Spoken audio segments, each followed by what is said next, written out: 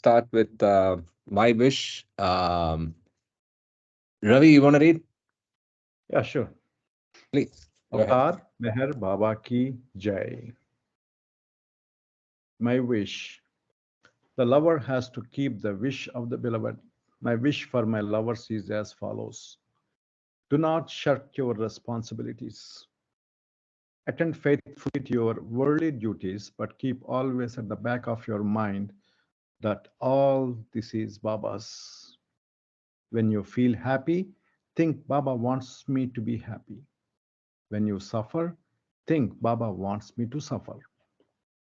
Be resigned to every situation and think honestly and sincerely. Baba has placed me in this situation. With the understanding that Baba is in everyone, try to help and serve others. I say with my divine authority to each and all that whosoever takes my name at the time of breathing his last comes to me. So do not forget to remember me in your last moments. Unless you start remembering me from now on, it will be difficult to remember me when your end approaches. You should start practicing from now on. Even if you take my name only once every day, you will not forget to remember me in your dying moments. Avatar Meher Baba Ki Jai. Thank you so much. By the way, we were talking before we started recording, so we'll finish that thread of conversation.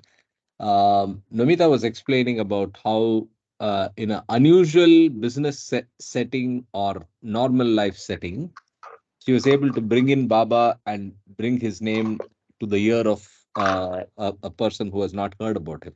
You want to say that again, Nomita, and then I'll recount my experience last week. Similar.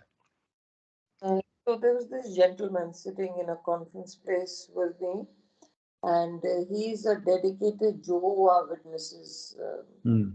volunteer. He was telling me that what is their faith and all of that. And I told him what is my faith, and then I took out the book from my bag and I read Parvardigar prayer to him. So that's about all. Then he asked me who is he, what this, that, and it was good, um, you know.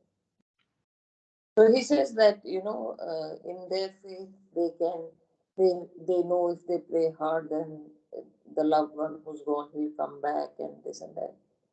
So I said in our faith we leave it to the master. So we don't worry. We want to come. He wants us to come back. We come back or whatever. So it's all good.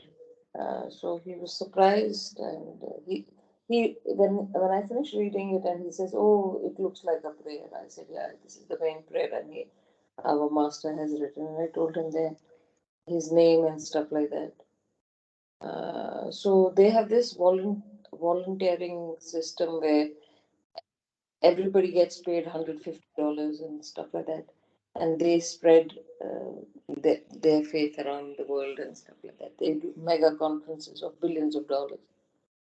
Wow. So Yeah. they get paid, or Wow, that's very you interesting. need to pay and join those conferences? How does it work?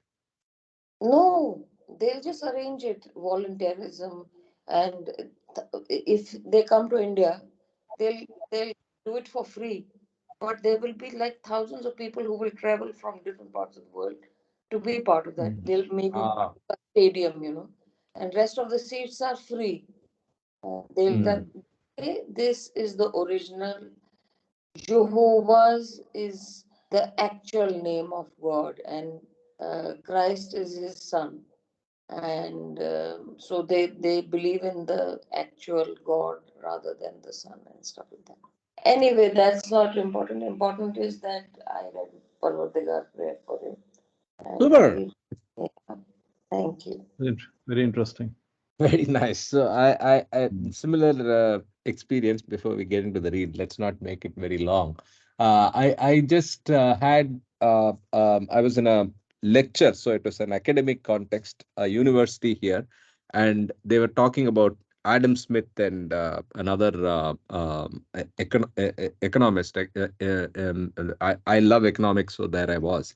So at the end of the talk, I mean, during the talk, he casually mentioned that he's a Sufi, and then I Mm. had a few questions to him as part of the audience. He answered them.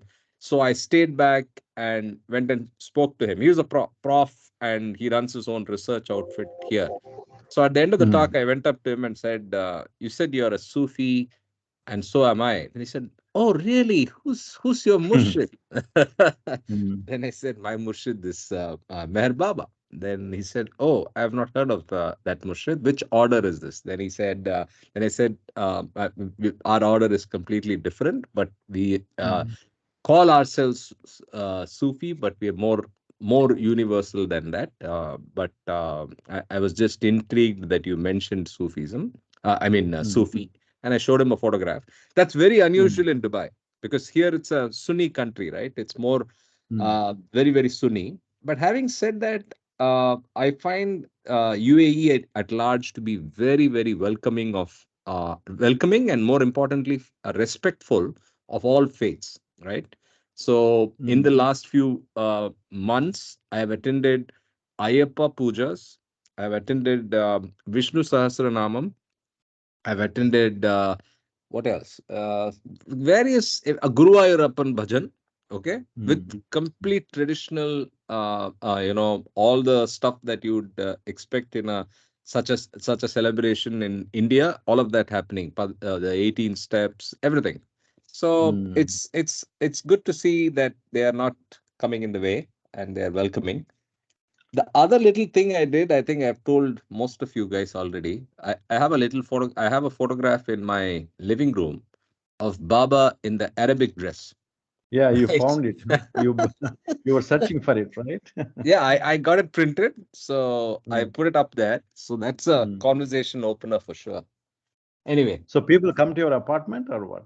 yeah, so it's like the intent was clearly to use it as a small office, home office. So in fact, where I'm seated is the office part of the house, where Mm. we also use it for meetings and I get people home because it's I see. smarter and more convenient than a cafe setting. We don't have an office here. So I see. that's why the photograph makes a lot of sense. Mm. Okay, so after all the personal storytelling, now let's get to the real story, the story of Baba. So we finished um, Mehra last week, and if you have seen my text message alerting everybody, the next book is chosen. It's Sobs and Throbs. So how many of you have already read it? At least those of you on the call. Never read it. Okay, but I've heard quite I a Okay, I've heard quite a good reviews. I know Sanjay wanted us to read this for quite some time.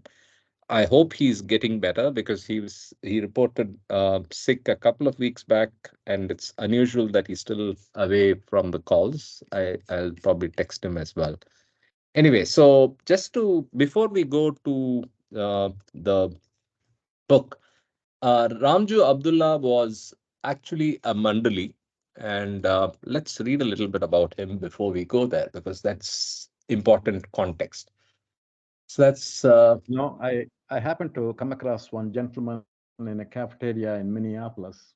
I uh-huh. was working in the hospital, and because he's a Indian looking, we just hi, where are you? How are you? And then I was eating lunch, and then he was also, I think he's some sort of a sales guy. He's from India. He's working for so and so company. He's from Maharashtra. All these things, and somehow the Meher Baba issue came. Wow. Then he said he is somehow grandnephew of Ramjoo Abdullah. Oh, One of the really? nephew. Yeah, yeah. Wow. Uh, but they don't follow Meher Baba. They follow their own Islamic religion. Interesting.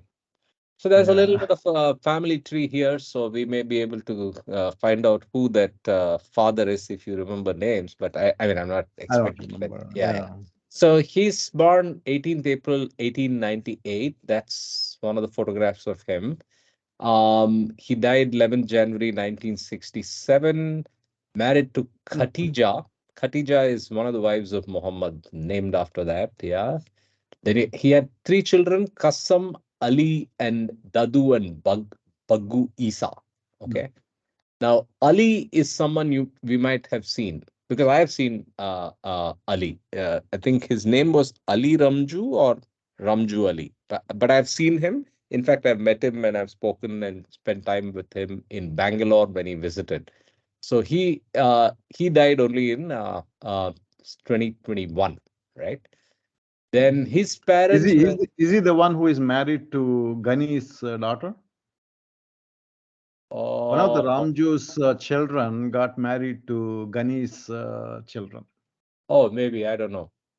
But, Yeah, yeah, must be either Kasam or Ali, because the other is yeah. yeah. Qasem Ali, and he was present when Gani was dying in Okay. 1953, I think. How old is Ali when you met him? I met him in 15, pretty senior, 70 maybe, 70 plus when I met him. And he He was died because in he was 20. older. Because he was older when he was present when Abdul Ghani was dying in Oh, Pune, okay. and he was chanting Baba's name when he was dying. Before New Life, I think Ghani died, right? Then it might be 53, the elder son, Kasam. probably. Yeah, Yeah, because Kasam. Oh, but then Ghani died when Baba was there, right? yeah. 50 before New Life, Yeah, yeah. 53, I think. Yeah. Okay. No, it can't be 53. It's 51. 51 Kasam died. So we don't know. Mm. Okay. Anyway, he's there are some photographs of him here. And where is Ramjoo in this? Ramjoo Abdullah is standing. One, two, three, four. Standing. One, two, three, four. Here he is. Yeah, there. Yeah. Here he is. Yeah. And that's the original. He's a Yeah. good recorder, and he writes good English. Oh, Ramju's is it? Diaries is very interesting. Have you read that, or Yeah. you should read that? Yeah, we should read that as well. So maybe Yeah, sometime in the future. very interesting. Yeah. Yeah, This book I heard multiple times being mentioned by, I mean, Sobs and Throbs being mentioned by Baba. I mean, not Baba, Watt Parks, when he talks about creation and its causes. Because yeah. the Meher School, not Meher School, sorry, Hazrat Baba Jan Uh, School. no, That's no, no. That's before. That's before Hazrat Baba school is before. Afterwards, what is that school called? Prem Ashram. Sorry, correct. You're right. Prem Ashram. Yeah. Prem Ashram. Yeah, Prem Mm. Ashram. So that this is the other book that you're talking about, Ramju's Diary. Ramju's We'll Diaries. read that Very, as very well. interesting book. I read that book long time ago. Okay.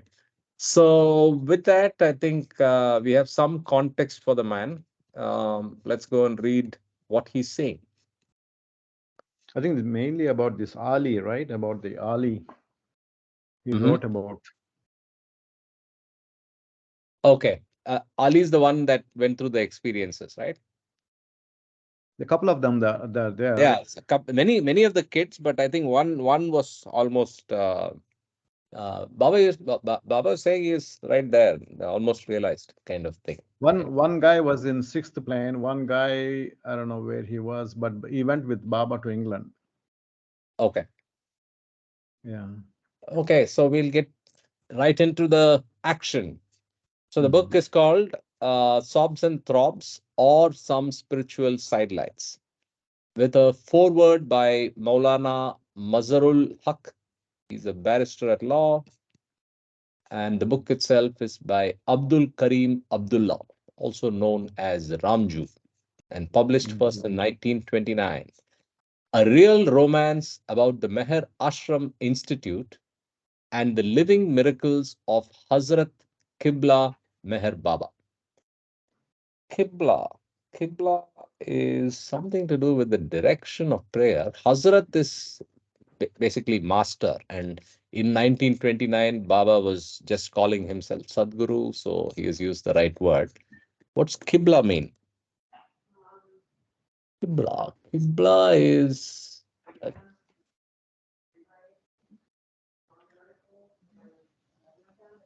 yeah, it's the location of prayer, right? Qibla is the direction towards the Kaaba. I don't know if you've heard of this. In this region, it's very normal to have hotel rooms and houses have an arrow in the on the ceiling. Have you heard of this? Direction towards the Kaaba. Yes, yes. And if you Mm. fly on these Gulf Airlines, Yeah, even yeah, yeah, as yeah, you're yeah. flying, they show you the They show you the map, direction. where the Kaaba is. Yeah, I Exactly. remember in Yeah. Etihad, the So last that, time I was traveling in Etihad, they were showing yeah, that. yeah. So that is called Qibla. That concept of showing you the direction is called Qibla. So maybe he's using that also as a honorific title for Baba. Interesting. Baba, interesting. Mm. Yeah. So the dedication, the silent throbs of my heart in the shape of intellectual thrills, dare me dedicate these flimsy fragments of my feeble feelings at the lotus feet of the Master. The master. Mm. Wonderful. Four words. Never before in the recorded history of the world do we find any instance of an institution where little children have been publicly educated and trained in the secret lore of mysticism. The Meher Ashram near Ahmednagar, Deccan, possesses the unique distinction of being an institution of this type where one can come across the spectacle of seeing little schoolboys being turned out as saintly children. It has been truly sad that the present is the age of publicity and that the deepest secrets of creation are being discovered every day and exposed to the view of mankind. And he's talking in 1929.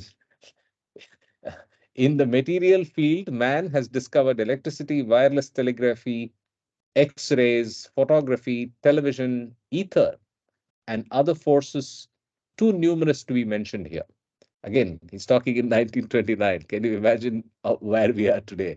In the spiritual field, he has left the world of matter behind and has gone on to demonstrate the fact of survival and communication and is gradually beginning to learn all about the next world and the conditions of our existence therein. From creation to the creator is only a step forward, and now we are entering the greatest of all the fields, the mighty and awful field of union with the universal and creative mind. By this, I do not mean that mysticism is a new science, newly discovered for the benefit of humanity. No, it is as old as the cosmos itself. Since the dawn of history, every creed and denomination has had its saints and mystics, but the knowledge of the divine has been confined to single individuals and carefully kept hidden from the vulgar gaze of the masses. Now, a knowledge of these occult forces also bids fair to become public property. This book is a prose poem wherein the divine love manifests itself in its deepest signification.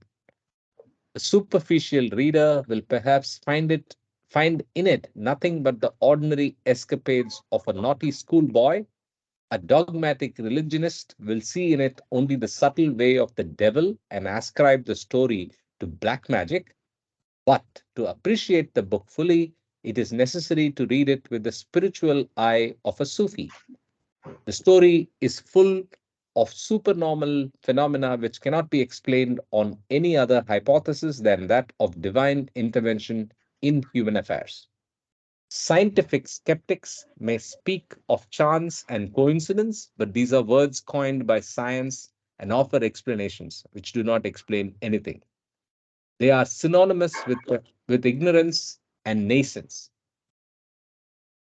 It is true that God does not interfere with his laws, but it is also true that all his laws are not known to man. If this were true, man would become infinite, an apparently hopeless and impossible proposition. The world is full of divine manifestations from which his laws can be gathered, a fact so well and ably brought out by the able author in this preface to the book. God love is the theme of this work, and one has to tune himself with the infinite to behold the superb panorama of exquisite beauty and infinite love displayed in his creation. A message of God love being given to the world through the instrumentality of His Holiness Meher Baba, who is the founder of Meher Ashram and the master preceptor of the boys. Tolerance appears to be the keynote of the ashram. Difference of caste, creed, or color finds no room here. Hindu, Muslim, and Parsi boys get equal treatment, and the Indian and Persian boys live like brothers. Even European boys are not forgotten. Mr. Irani was sent to Europe to bring some boys from there, but his mission did not succeed because of the materialistic atmosphere prevailing in that country. Sometime another mission bound on a similar venture is sure to succeed. The book is well written and is sure to appeal to the reading public. I commend it to thoughtful readers. Wow. What a what a prose writer Mr. Mazharul Haq is. His cases must Who be. is he? Who is I he? don't know. I don't know if he's even a Baba lover, but he's Mm, a barrister at law, as they mentioned. mm. And it's dated. What is Saran? Is it a place? Dated 6 to 29. Saran. Ashiana must be the house. Anyway. Ashiana is what's her name? Their house. Dada Chanji and his wife. No, but this could be his house as well. Mazharul No, Haq. no. Ashiana is that in Bombay. Yeah. I know. There's a Baba linked venue which is called that, Baba but used to stay there when he went to Bombay. Bombay. Yeah. Uh-huh. Hoshiar Baba Chanji and his wife. What's her name? She wrote a beautiful book. Arnavas. Arnavas. Yeah. Arnavas. Yeah. Yeah. I asked So, somebody what's happening with Taran, that. What's happening with that house? I believe McDonald's bought it and they have an offices there. okay. Offices. Okay. Saran Uh, is a district in Bihar. okay. Oh, so is Ashiana then a town in Saran? I don't know.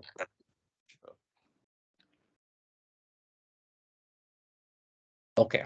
Thanks. Let's continue with the preface. Preface is written by now, obviously, the author now. All praise be to the Lord, not the God of any particular creed or caste, far short of him, who is supposed to be seated on the seventh heaven, with one eye full of honey for a certain kind of believers, and the other red with rage for the rest. The bulk of his creation, ready to hurl them all into hell at the first opportunity without any discrimination, save that mere label of a certain belief. But he who is beginningless and endless, birthless and deathless, nameless and formless, the infinite existence, in whose comparison the whole of the creation does not exist at all.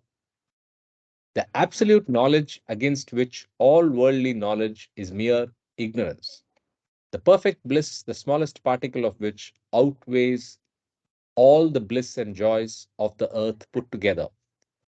The all absolute whom to call and consider even as one is still like grasping at the shadow through the intellect, and so almost equal to considering him as two or 20. The beloved, that is millions and billions of miles more away from the domain of intellect and intelligence, of wit and wisdom, than the sun is from the earth. And yet, who is so near as to be nearer than the very chord of life, ready to respond to the music of the heart? And my humble salutations to the prophet, the personification of all this prattle and praise. Okay. यार ए मरा हर जमान नामो निशान ए दिगर अस्त we have Mahu, so she might pronounce this better. Kul e Yamin. Okay, let me read it. Let Yeah, me go ahead. read it. Go ahead. یار مرا هر زمان نام و نیشان دیگر است. You need to speak into the microphone. Yeah, you're Oh, Can't I'm slightly hear early. you. sorry. Okay, so let me situate myself. Speaking to the microphone. Yeah, it's Just better now. you got to tell me It's better how now. is it better? Yes. So what Yeah. I do is I actually increase the volume Oh, of okay. the speaker. Somehow it processes it better. It's better now. Go Okay. ahead.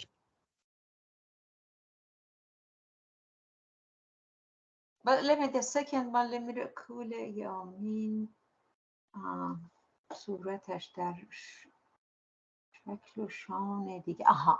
Okay, so this is by Hazrat Maulana Niyaz Ahmad. So it's یار مرا هر زمان نام و نیشان دگر است. کول یامین صورتش در شکل و شأن دگر است.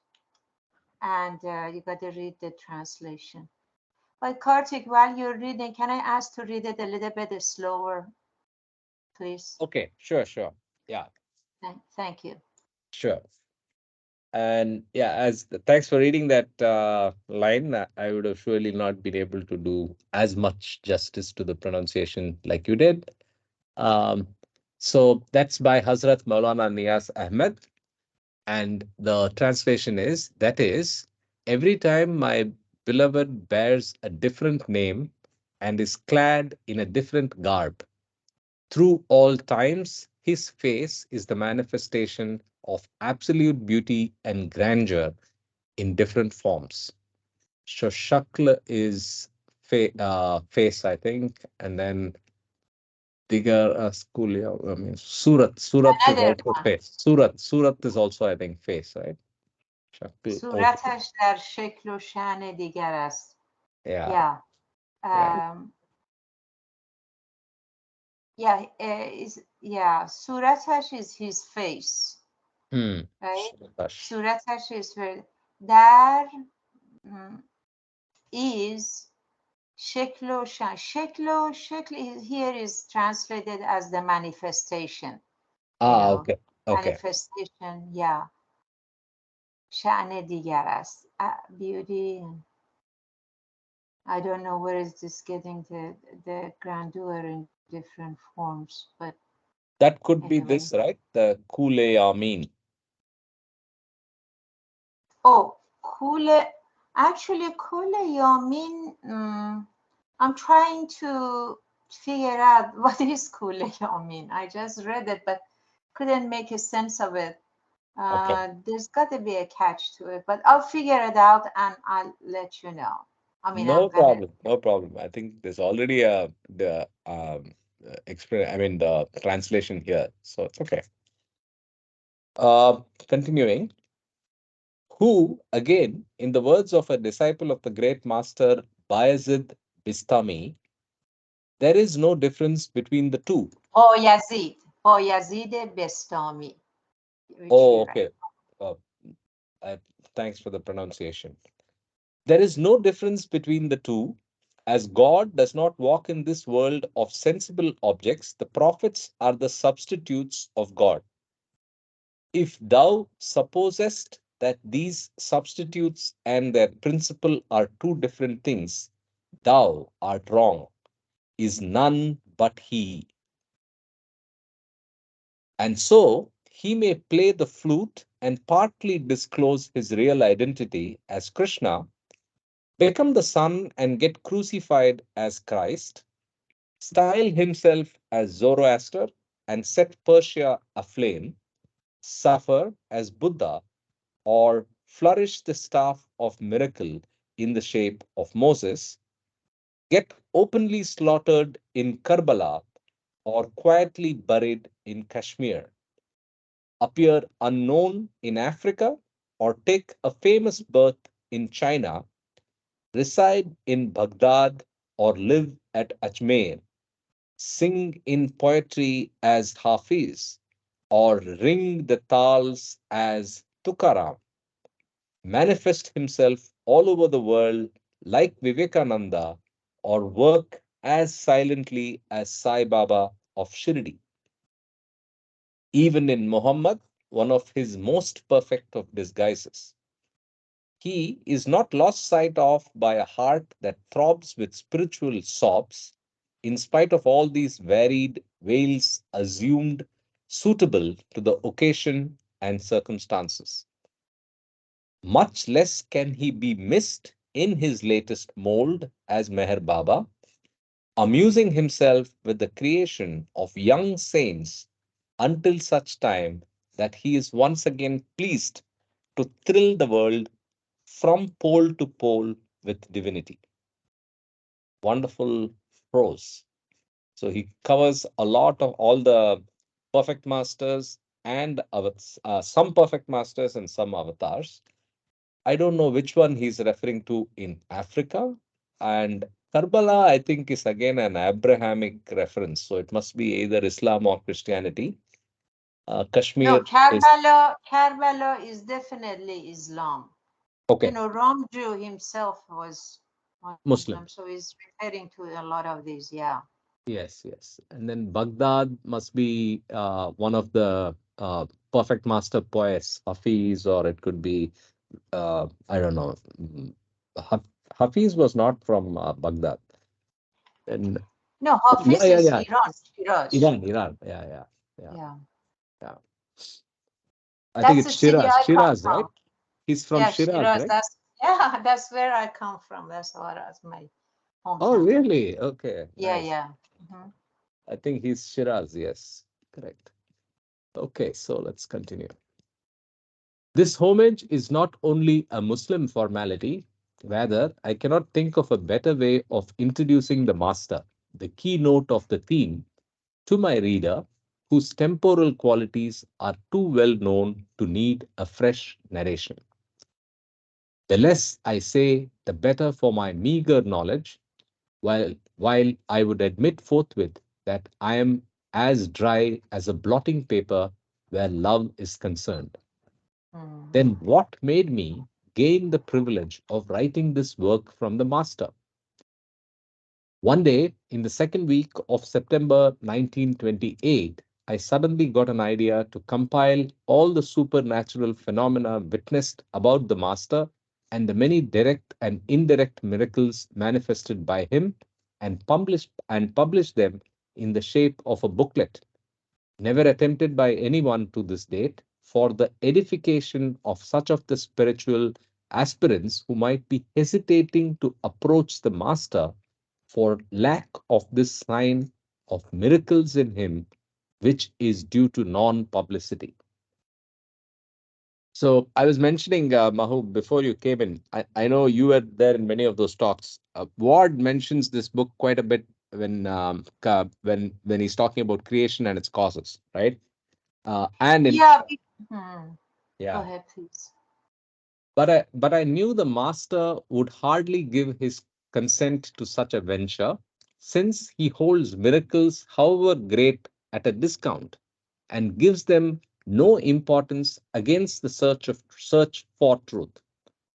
Yet I could not dismiss the idea from my mind. However, this constant hankering suggested to me to write a treatise on the miracles, setting forth the master's own views about them. This gave me some hope of securing the master's consent to my proposition, and I began awaiting a favorable opportunity for its presentation. But I was so impatient and keen on the point that before the question was even decided, the opening part of this preface was already written by me. And lo, the master gave me the opportunity that I was yearning for in the shape of a miracle itself. True, I had talked with some of my brothers in faith about my idea of compiling the miracles, which, however, had never reached the master's ears. In the beginning of the third week of September, one evening when I was musing on this very subject, seated under a tree near the Meher Ashram, Mr. Kaikhosru Afseri brought me the unexpected command from His Holiness. The Master wants you to write the adventures of Ali. The real significance of these words did not strike me until I had finished compiling all the details of this real romance in their right sequence. At first, I thought the adventures would make, at the most, a long article for the press, and that for the time being, I must shelve my own idea of bringing out a booklet. But what a happy surprise!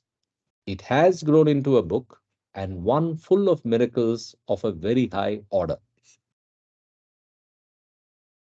To make stones and such other inanimate objects jump and move, as was once done by Hazrat Zul Noon Misri, who died in 859 AD, he ordered a sofa to move and it went round the room and came to its place. Or to send a person into the state of a trance with a mere glance, as was done by Khwaja Hassan Attar, are, from the spiritual standpoint, not of greater significance than to make the hearts of little boys dance permanently to the divine music as my master has actually done.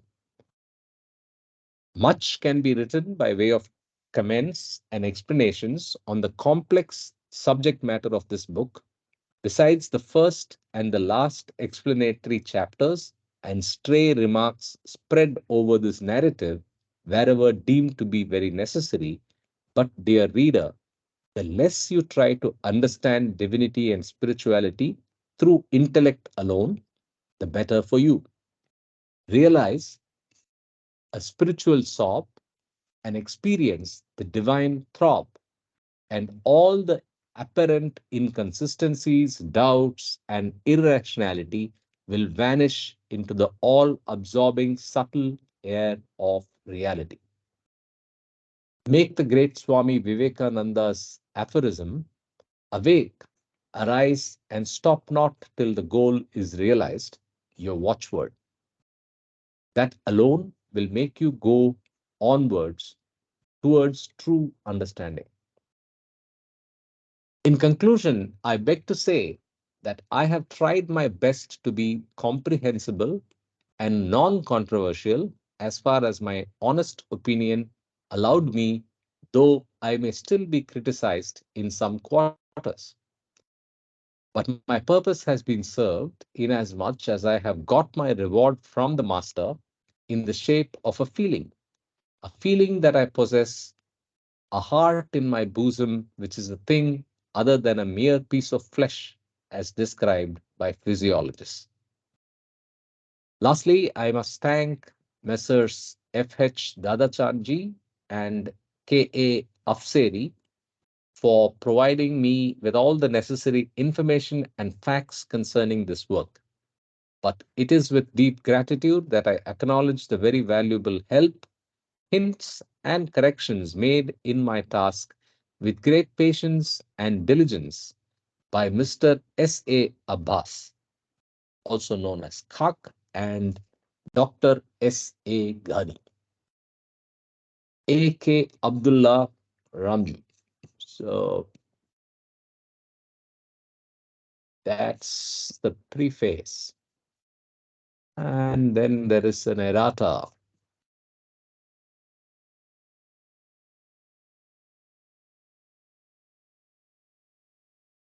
Okay, I wouldn't share. We can rotate the reading a little bit. So, anybody wants to read? Ravi, you want to read for a bit? Or Mahub, Meher Kiran, anybody who I wants can read. to?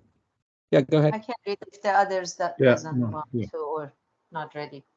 Okay. Yeah. So with Sobs and Throbs, excuse me.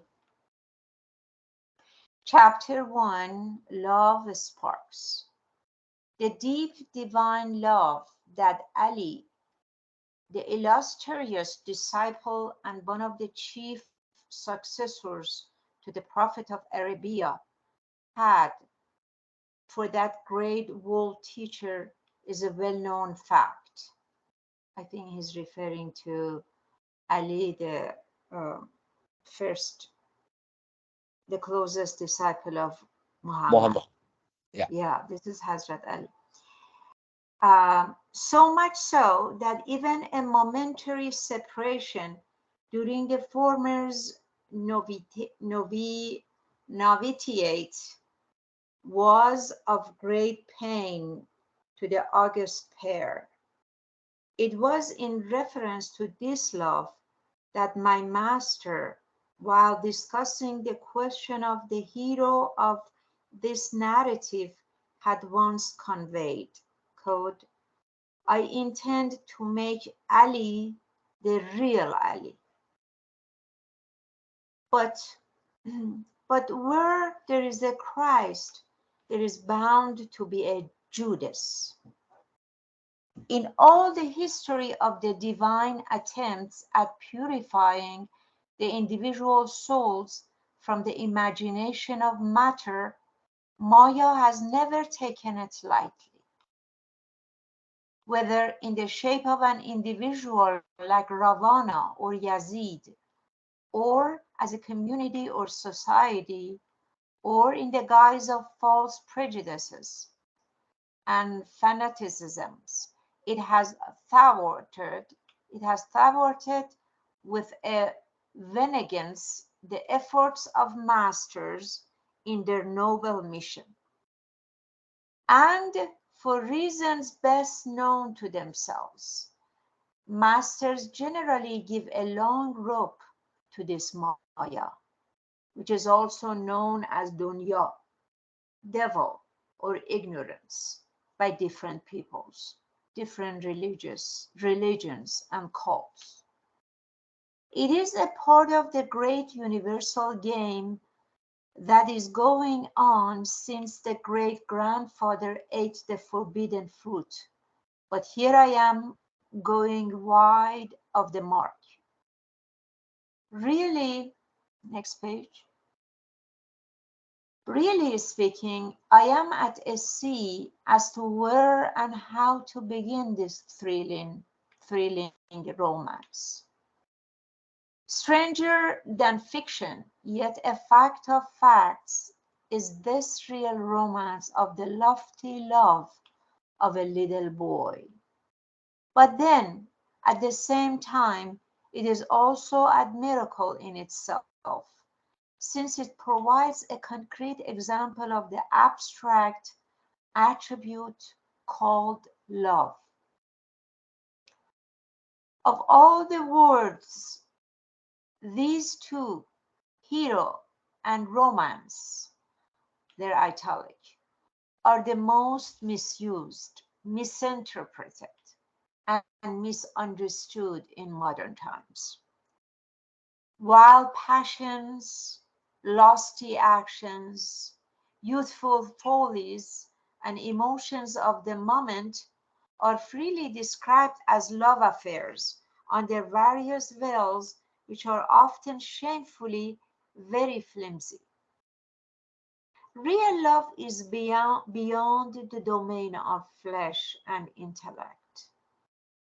True, in many cases, the spark begins through the medium of the body. But it is the soul that soars after the soul in the infinite region of the heart. I read this again. But it is the soul that soars after the soul in the infinite region of the heart. The consummation of love is not in the union of gross forms, but in the union of souls, the merging of an individual soul into the capital soul of souls. Next page, I go a bit further. Even for a grown-up person, The cultivation of this true love is not as easy as scaling the Everest or flying from the South to the North Pole at a stretch, but it is an achievement that seldom crowns the efforts of real heroes who silently go about with their very lives in their shirt sleeves, without the least chance of being boomed in the press or in the platform. There are many who, in spite of untold hardships, painful privations, and Herculean efforts, have failed in imbibing this true life-giving spark. Much less likely is it that a little boy like Ali, the hero of this narrative, would have attained it in his early teens. It will be seen that Ali is a worthy recipient of the divine treasure, since a rich soil is necessary for a garden harvest, and he strived far and fast beyond the capability of an average boy of his age in fanning the fire of love into magnificent flame, the origination of which, however, was solely due to the spark of love having been actually implanted in his heart by the master. For my master, religion, love, and God are not subjects to be thought upon and imagined through the intellect alone, or imagined through the intellect alone, or shown only in gilt-edged morocco-bound books, gilt-edged morocco-bound books. To him, means Almighty, they are tangible things which can be given to or made to be experienced and realized by one through intellect, inspiration, and knowledge, and can be felt as surely as the slash of a whip. To him, he is referring to as to Baba. So, for my master is the first word in first phrase in this paragraph, and then he continues to him. So, Almighty as Baba. Yeah, yeah, he is. You know, if just in parentheses, uh, you see the style of his writing is very different. I mean, Yes, it takes a little while to get used to it. yes, no But doubt, no doubt. yeah, but he's very It's genius. Yeah, I mean, it's very heartfelt, and I think it's the style of that era as well, right? Flowery language was very common, and in Yes. his case, it's flowery and also, as you said, a little difficult to understand. Yeah, And This is sometimes old poet, English. correct. In But olden yeah, this times, is the not English used the to be. C.D. Deshmukh style English. C.D. Deshmukh No, this is yeah. is something a different. This is yeah. heart, very flowery. Very flowery because he's going to describe Ali and his journey toward God. So I guess that's why Baba chose him over others. Correct. Right? Yeah.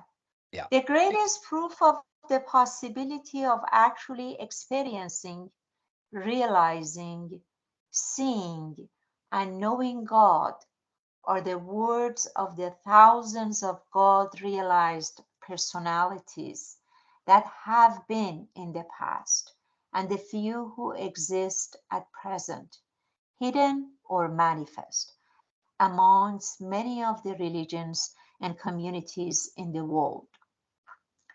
Similarly, the existence of love is commonly known by the existence of uncommon lovers in history, legends, and mythology, and through stray cases like the present one that come into prominence in modern times.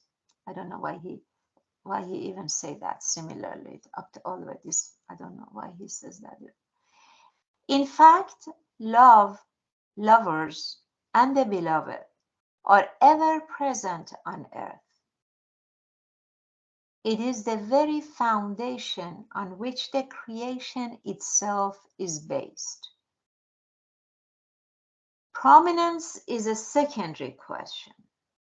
I would like to sing on behalf of Ali with the master Urdu poet Daq. Anyway, I can't read Urdu, so let's read the translation. It was merely a piece of luck that Majnun became famous, though my distraction in love was no less than his. The intricate problems of the human existence are as Please, much Urdu can be read by Karthik. You can read, right? Urdu. I can try. मेरे Yeah. हवस इश्क में क्या काम थे मुंतशर, मजनून का नाम हो गया किस्मत की बात है. Yeah. Yeah. Very Yeah. deep, actually. It's merely a piece of luck that Majnoon became famous, though my distraction in love was no less than his. It's interesting that he's describing the Majnun's love as a piece of luck. You know, I don't know, this is not the discussion, but you know, Baba also talks about Layla and Majnun love. And he Yes. said, divine love is much higher than the love that Majnun had for Layla. That was the ultimate, the peak of human love that could be easily transformed into divine love. So he wants to say something, I guess, that he brought this Majnun thing in. Yeah. Baba also said that Majnun later on comes across a perfect master, and he got the God realization. Oh, Baba said that? No, I didn't know that. Yeah, he was ready. He was ready. I mean, Yeah, that he had the level. practice of loving somebody selflessly. Yeah. So Majnun, even when Laila loved somebody else, he was even prepared to get them married. That much of love she had. Yeah, that's very true. It's very rare because that goes to how Baba explains the about love. He says love, the real love, has no boundaries. See, it doesn't have no boundary. So Layla can get married with someone else. Still, Majnun will be very happy because I think Majnun was kind of grew into this love, his consciousness, that no longer I think Layla as a form and flesh was important. Yeah, but Layla was a cause of what Majnun achieved so far, which is great. Yeah. True. Yeah, he was very connected. You know, there's this story like he had, one time Layla, I'm sure you hear it, Layla fell down and injured her feet. At the same time, Majnun got the blood in his feet, the very same feet, same spot. The blood came out. I mean, they were disconnected. I don't know. Anyway.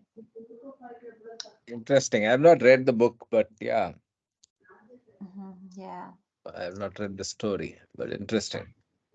Yeah, it's all kind of stories there. Which country does he belong to? Laila Majnun, Iran, Persia? Layla and Majnun, yes, they are their Persian name, but you see, Persian also literature has been very much combined with Arabic.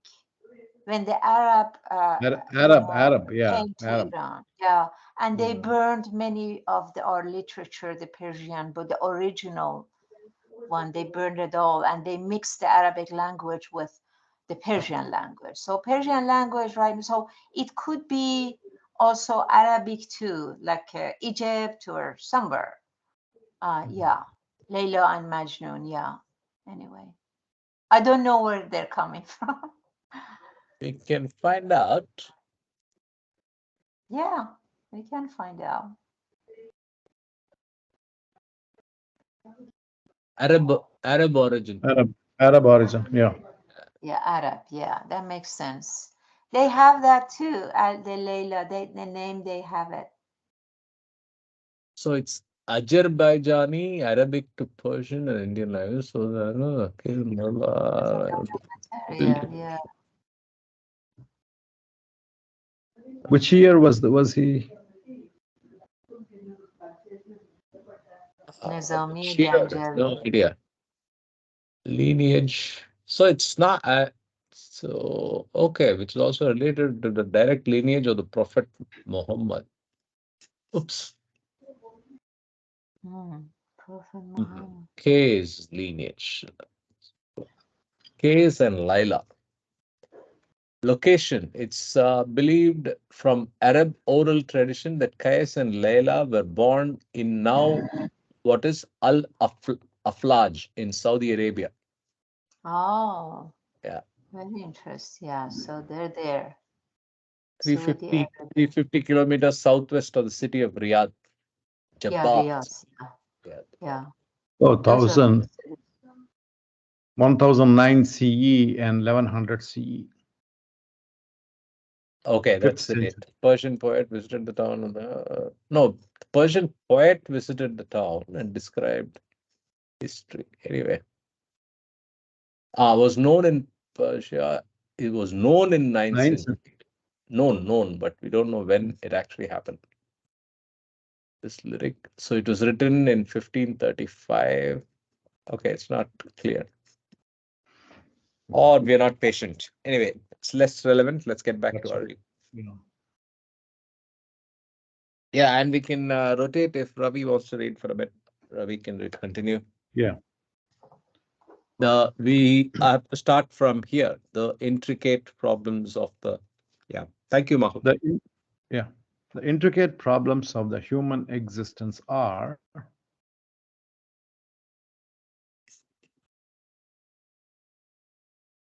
as much entwined about the heart as enmeshed in the head. With the intellect, much can be understood, but love alone will unlock the mysteries of the heart. The language of love is hard to be interpreted through intellect, for all the fine arts, poetry, and beauty that it can imagine or create. Even all religions and philosophies fail to give satisfaction to a thirsty soul. But for this, where is the need of a master, and what is there left in the attainment of perfection, God realization, and self experience?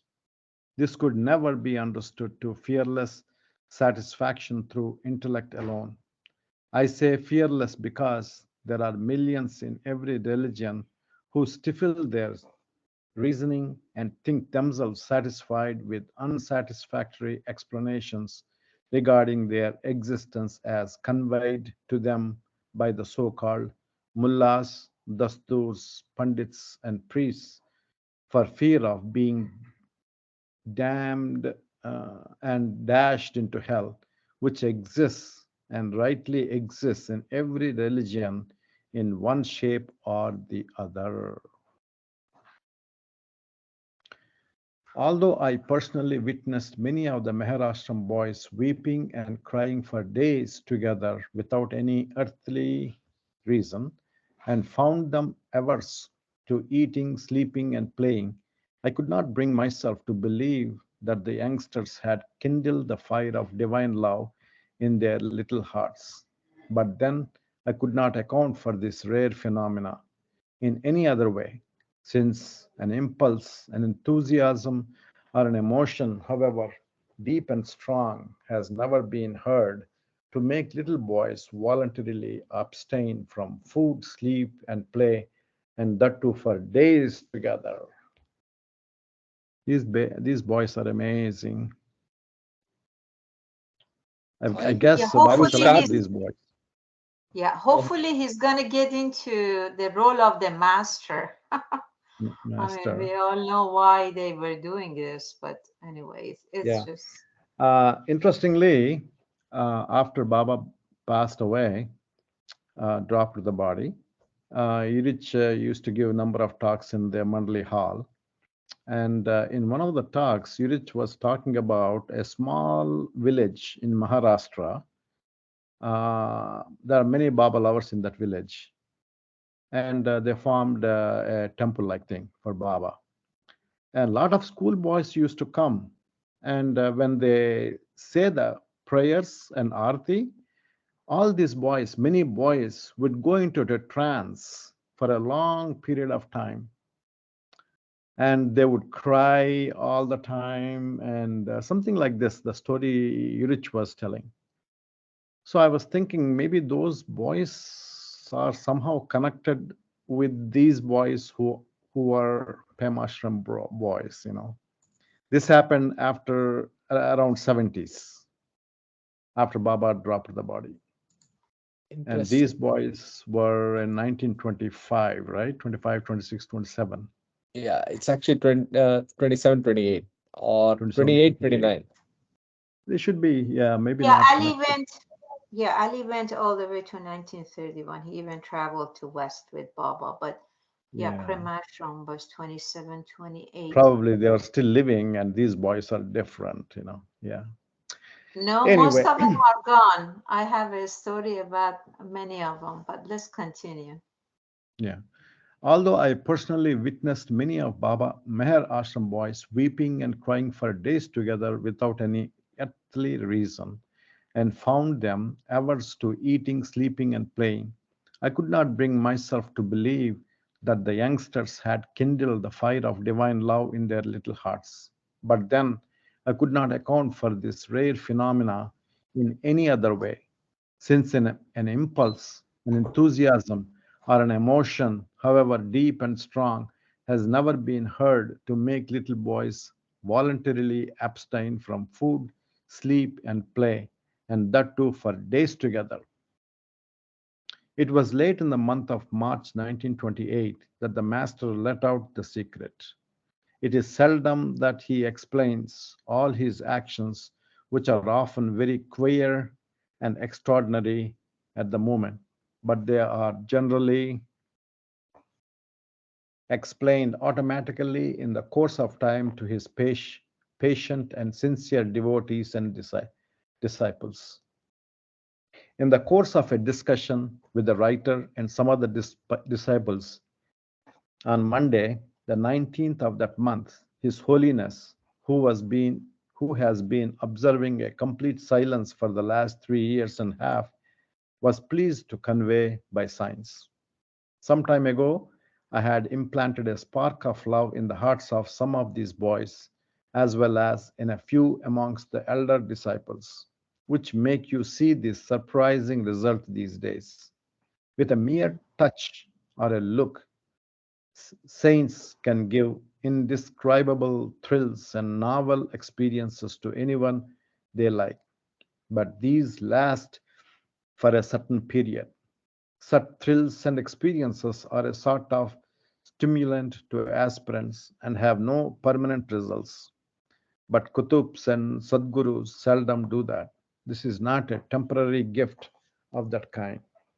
Bodies may come and go, but this spark will never die. It will burst into a great divine flame one day.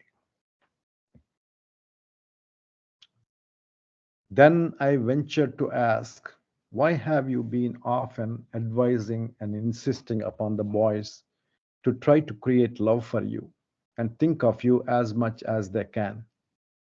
And where is the need of individual efforts since you have actually implanted the spark? This spark, replied the master, through his usual gestures and alphabet pointings requires personal effort for its complete manifestation. The more one would think of and try to love me, the sooner and greater would be the outburst. Through this spark, there is a chance of one actually realizing God, let alone getting advanced in the spiritual planes. Now, before I introduce the hero, it is meet that I should briefly acquaint my readers with the institution that made him as such. See, I think here he brought out a very important point. Can you go back, Karthik, to the previous page? See, he brought out a very important point of putting a seed, Baba putting a seed in the hearts of the people, and then people uh, develop love.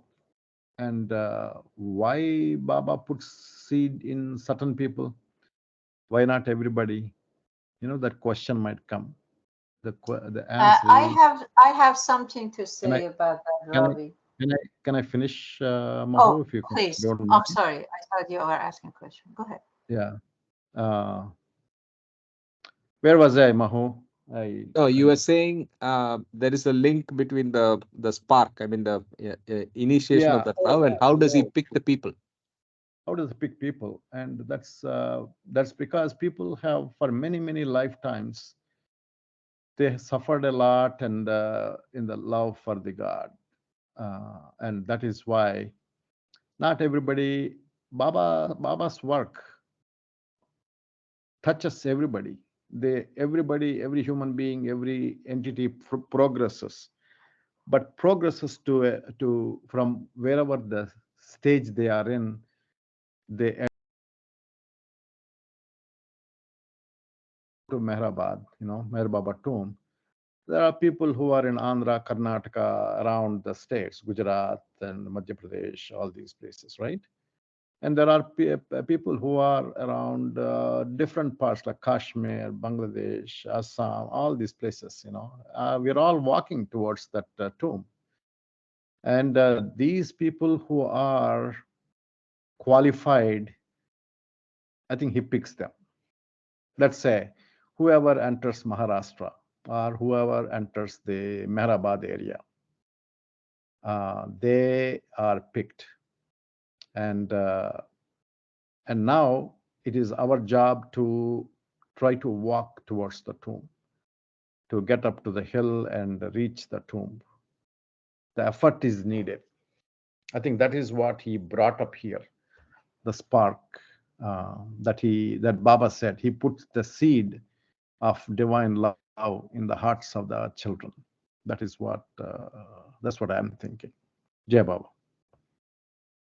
So to summarize in another way, you're saying that he needs to first put the spark, and he Yeah, selects by his own filters, his own rules. And after exactly. that, it is the onus is on the Jivatma, the selected Jiva. Jivatma, to actually make the effort. Is that what you're saying? Exactly. To walk towards the goal, you Yeah, know. fair enough. Because why not everybody, when Avatar came, why not everybody became Baba lovers, No, Correct. not many. Very few, right? Correct. Same thing happened when Christ was there, when Muhammad was there, when Krishna or Ahura Zoroaster was there. Only certain number of people get picked up and they walk. Yeah. Mahu, go ahead, You were Mahu, if saying you want. something, yeah. Yeah.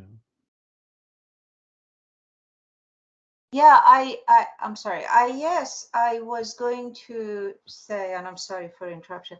I was going to say that Baba is using this term at different places, and I had to just search on it on internet to see what does he mean by that. He's using the term the chosen one, and for Baba as a master, knowing our past, present, and future, apparently not everyone has the capacity of receiving that much love or that spark of love the way he wanted to uh, flourish, to see that in their heart and have it been flourished. And I actually know a few of these Premashram boys, and I spent a good amount of time with them.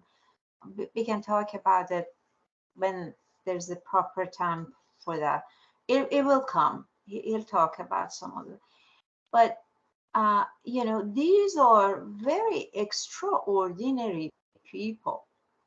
I mean, yeah. So Baba chose this one. He talks about chosen one, and he also mentions some of these chosen ones have a past link with me, and they have been with me in many lives, many times, like probably at different avataric time.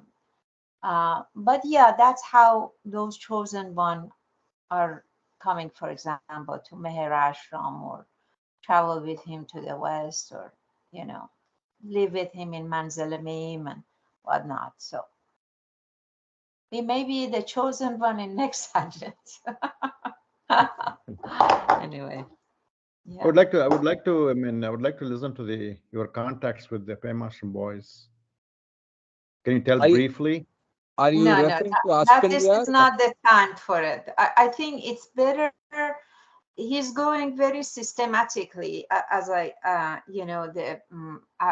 Ramjoo, Abdullah Ramjoo. He's going to get into that, but see how he did the preface. He talked about the nature of that love and a spark. And now he wants to talk about this institution. What is this institution? But when we get to the personality of these Prem Ashram boys, for sure I will share some of my observation and experience with them. I think right now it will be said for the sake of conversation. It wouldn't be that relevant, but I think the time will come, if you don't mind. Sure. Again, option for rotating the reading. Last reader for today, Sunil or Meher Kiran, anyone? If you're okay, otherwise, Ravi, you can continue. I can go ahead. Am I audible? Yes, you are. Please go ahead. Jai Baba. Okay. Yeah, Jai Baba. Thank you, Ravi. Yeah. Jai Baba. 1 second. Yeah. The gem of an institution. Since the 1st of May 1927, when the Meher Ashram was declared open with 4 Brahmin, 3 Maratha and 3 Mahar boys, all Hindus of different caste, at Meherabad, near the village of Arangaon in the Ahmednagar district, much has been said and written about in the public in many countries of the East and the West. Yet to scintillate the multicolored rays of faith, hope, devotion, love, service, and spirituality that this rare gem of an institution was generated, reflecting the founder's neutral divine luster, is a subject beyond the scope of this narrative. Besides its spiritual aspect, the secular educational progress of the Ashramites is no less wonderful. While the crowning glory of it is the creation of real little saint of boy 15 years old by name Abdullah Ruknandani Ashwazi, now popularly known as Chota Baba, for whom the whole world is a mere dream is as an experienced fact, and by whom the omnipresence of the omnipotent is being actually experienced and realized continuously. Yeah, With one the thing I advent, like to mention this, I'm sorry. He was one of this Abdullah Ruheddin Ahwaz Chato Baba. He was one of the very rare one that Baba even took him all the way to the 6th plane of consciousness. Probably among all these boys, he had the most, like he's explaining, omnipresence of the omnipotent. He did see the whole world as a dream and experienced that. But I don't think that Baba kept him there. After that, he came down where he belonged, which he was already in a plane of consciousness. But yeah, Chato Baba was the one that through him, Baba really worked very significantly. Yeah. Sure. Last time I was in Meherabad, I happened to meet this lady from Iran. She was speaking very fluent Hindi. And I asked her, how come you are speaking so fluent Hindi? She learned from some lady in Iran.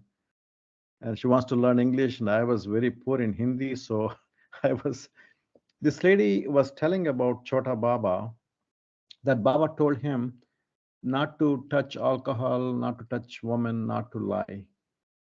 And in his life, I believe he had to do all three of them. What it means, we don't know. And we understand he's in the sixth plane. I thought that's an interesting point to note. So he broke the rule and he had to indulge in all the three things that Baba prohibited. That's what that lady was telling. Yes. Oh, interesting. Yeah, he was. What was that lady's name? Zahra?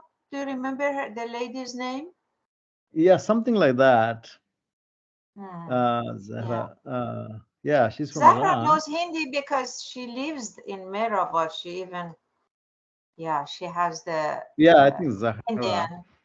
Yeah, And she she told me lives another with. very interesting thing. Her husband is an electrician. They have an electric shop, not very rich, something like that. So one time she became a Baba lover and she brought the husband, and her husband had nothing to do with Meher Baba, nothing. And first day he checked into the Meher Pilgrim Center, he had a dream.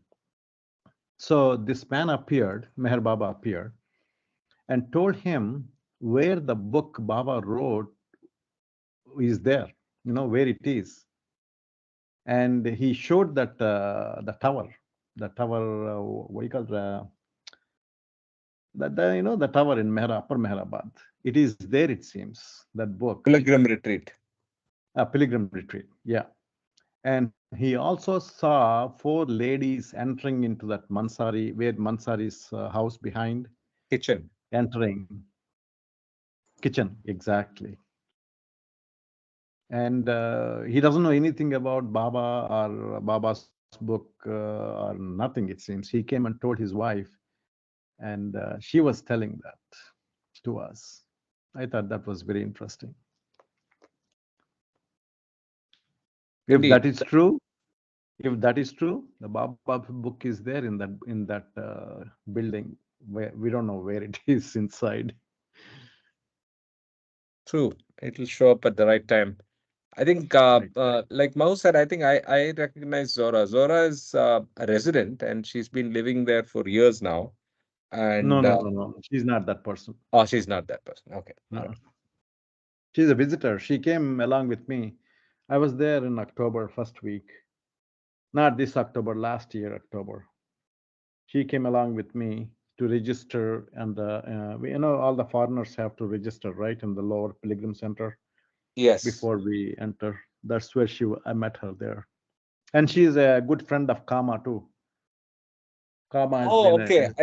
I think I know whom you're talking about because she even joined some of our calls in 2020. Oh, she did. Yes, she did. And you're right. She knows Hindi. She's not very conversant in English. I think Yeah, she's an academic, right? A teacher of some sort. I think so. Where She looks does very she live? young. Do you know? Where does she live? In I Iran. think Tehran, Iran. if I Yeah. remember Oh, right. so it's not Zahra. I don't know. I don't know. A lot of this Iranian people came to Baba through Kalchuri. He did, that was his work, and there's a lot of them that actually I don't know, but I do believe what you're saying and what she actually Mehru, shared. Mahru. Maharuk, something like that. Maharuk. Oh, Mahruk. Oh, I don't think that would be maybe Mahruk. Yeah. Actually, she's a kind of young one. No, she got Isn't a she grown-up young? children. She looks very Yeah, she young. has it.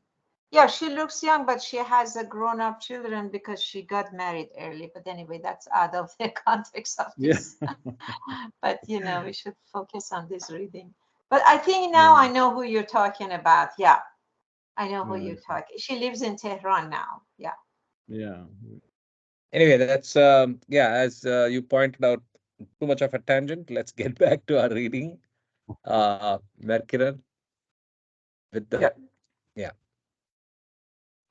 With the advent of 14 boys from Persia, two of whom were Mohammedans and the rest Zoroastrians, the Persian section was opened on 17th July 1927 in the Ajrat Babajan High School, which is attached to the ashram. This foreign advent, as well as the first class facilities of Persian teaching, caused quite a flutter among the local Mughal community, and gradually the number of Mughal boys in the ashram began to swell beyond expectations. So, what's a Mughal and what's a Mohammedan? I don't know. Right. So he's already talking about advent of 14 boys from Persia, two of whom were Mohammedans and the rest Zoroastrians. So we have 12 Zoroastrians and two Mohammedans. And we Yeah, all I know what the two Mohammedans was the Aloba, oh, Ali Akbar Shapur Zaman, and that later on he came and lived with Baba in Mirazat. And the other one was Ali. These two were the Muslim ones. The rest was all Zoroastrians. okay.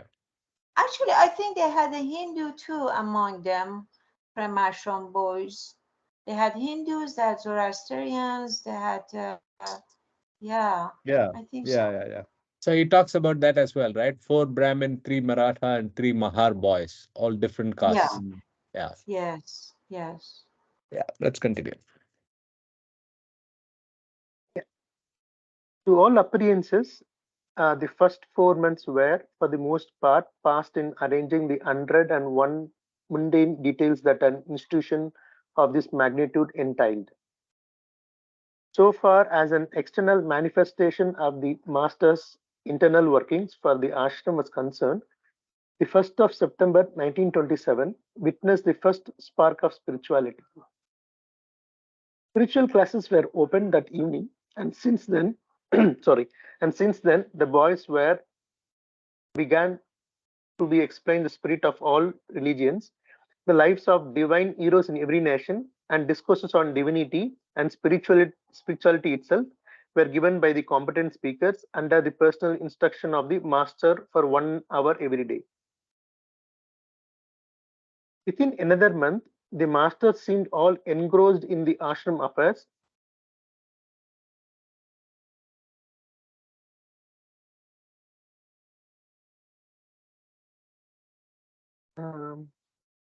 Karthik, we are not able to see your screen.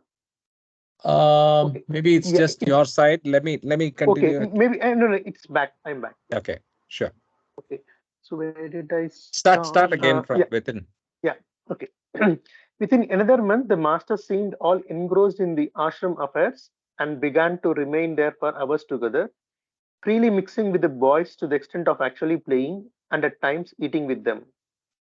In November, quite a change came about in the atmosphere. Mysticism was rampant everywhere, though at the same time, the secular education of the boys were never overlooked or allowed to suffer in the least. On the 2nd of November 1927, the master passed an extraordinary order. All the boys in the ashram were strictly forbidden to speak with anyone save amongst themselves or with the ashram authorities. Even the school teachers were instructed not to talk with the boys after the school hours. On the 10th of the same month, His Holiness left eating solid food and can you scroll up? And began to remain on tea or little milk with system. He continued for nearly 5 months and off at a stretch, leaving the milk also for some days in the course of this prolonged fasting. And a week after taking to this system, he began to convey to the boys every now and then that stray hints and lengthy explanations, the importance of love, concentration, and meditation, and thus directly began to inspire the boys to divine aspiration.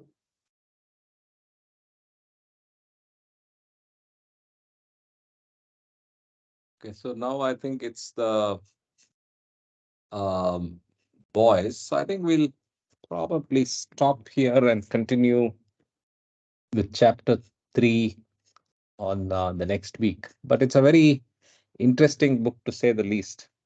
At least till now, it has kept us all engrossed, and I think has teased us enough to make us want to finish the book.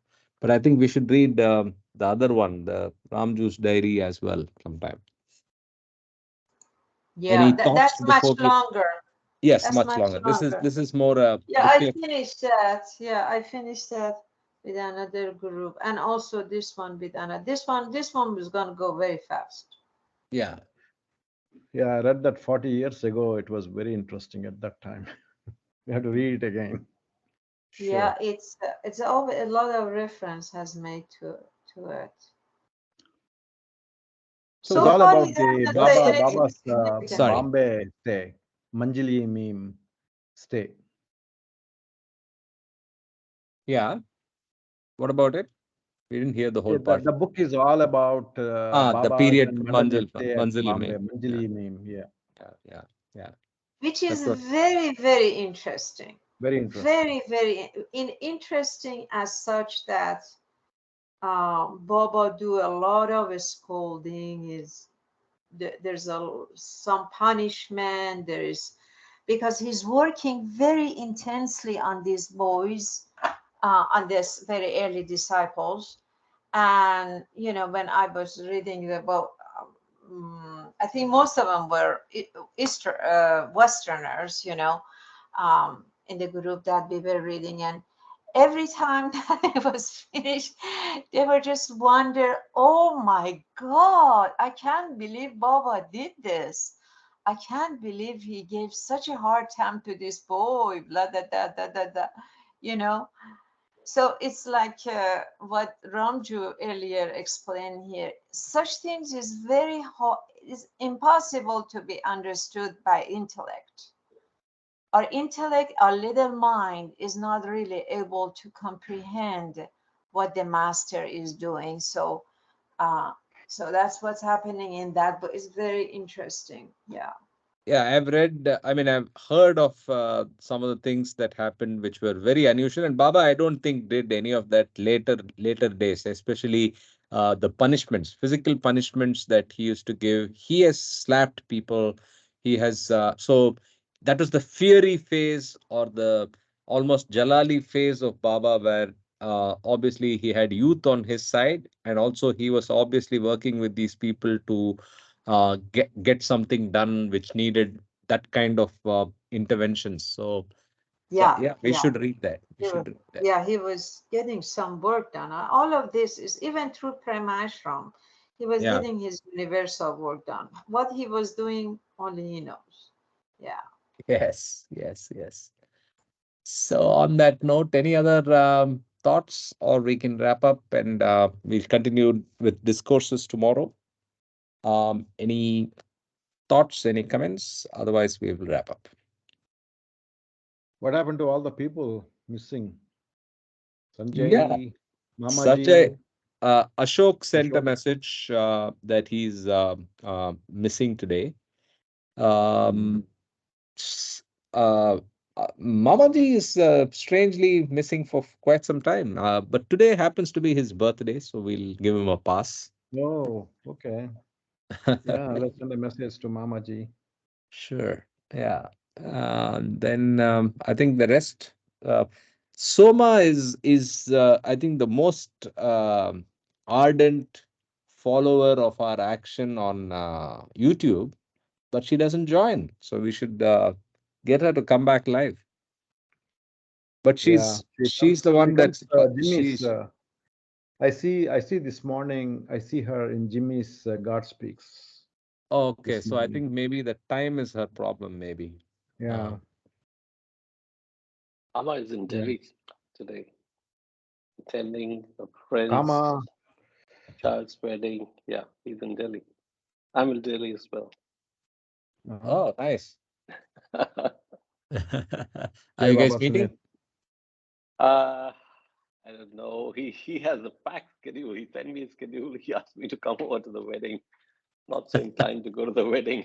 Sent me the Yeah, wedding invite, and it's a typical North Indian wedding.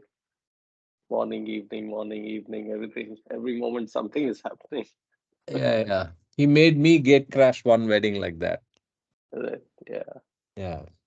But I want to meet him. I'm not sure. We'll see how the day progresses and maybe All right. message him later.